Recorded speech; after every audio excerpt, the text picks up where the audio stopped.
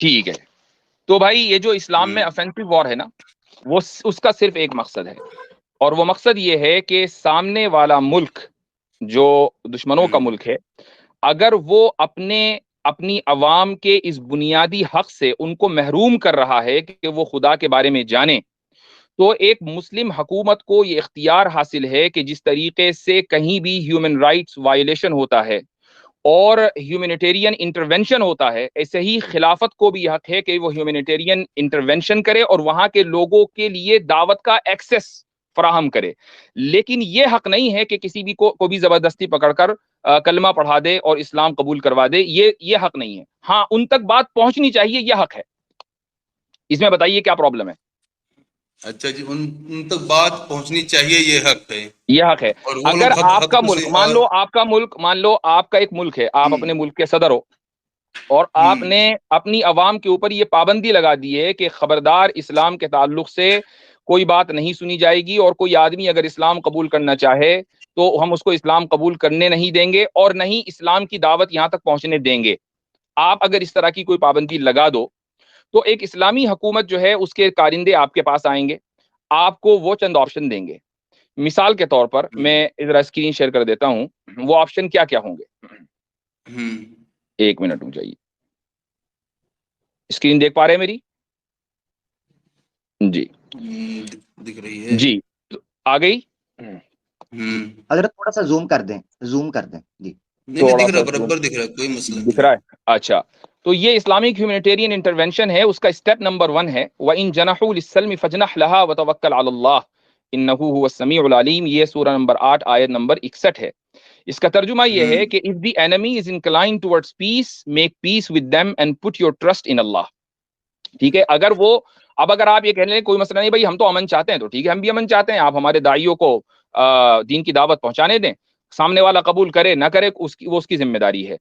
اگر مان لیں آپ کا جو ملک ہے وہ پیس میکنگ نہیں ہے، آپ کو پیس میں، امن میں، صلح میں کوئی دلچسپی نہیں ہے، آپ تو یہ کہہ رہے ہیں کہ نہیں، ہم اپنے عوام کے اس بنیادی حق سے ان کو محروم رکھیں گے، تو ہم آپ سے کہیں گے تو ٹھیک ہے، اس کے بعد آپ لڑنے کے لیے تیار ہو جائیں. اگر آپ نے دیکھا کہ بھائی لڑنے سے بہتر یہ ہے کہ ہم ٹیکس دے دیں، تو یہ سٹیپ نمبر 2 ہے قاتل الذین لا یؤمنون باللہ ولا بالیوم الآخر ولا یحرمون ما حرم اللہ ورسولہ ولا يدینون دین الحق من الذین اوتوا الکتاب حتی یعطوا الجزیۃ عن ید وهم صاغرون. سورہ نمبر 9 آیت نمبر 29.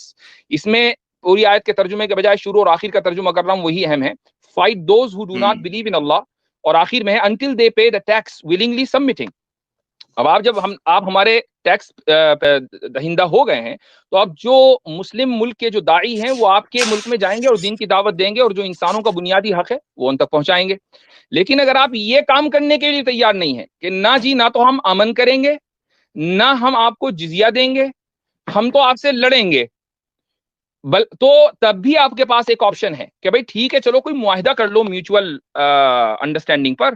تو سورہ نمبر 9 آیت نمبر 4 میں اللہ تعالیٰ نے معاہدے کی بھی بات کی ہے کہ اگر معاہدہ ہو فَأَتِمُّوا إِلَيْهِمْ عَهْدَهُمْ إِلَى مُدَّتِهِمْ إِنَّ اللَّهَ يُحِبُّ الْمُتَّقِينَ. Honor your treaty with them until the end of its term.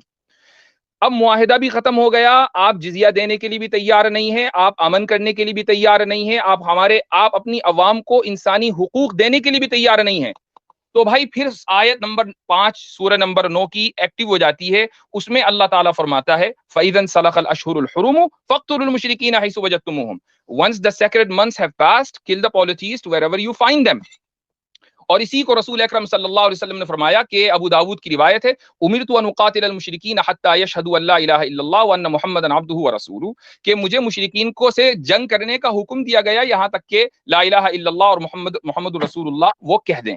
اب یہ جو میں نے کہا کہ یہ اسلامک ہیومینیٹیرین انٹرونشن ہے، اور یہ ہیومینیٹیرین انٹرونشن اس لیے ہے چونکہ آپ کے ملک نے اپنی عوام کے بیسک ہیومن رائٹس کا وائلیشن کیا ہے. تو میں آپ کو بتا دوں کہ یہ اس وقت انٹرنیشنل ریکگنائزڈ لا ہے، ٹھیک ہے.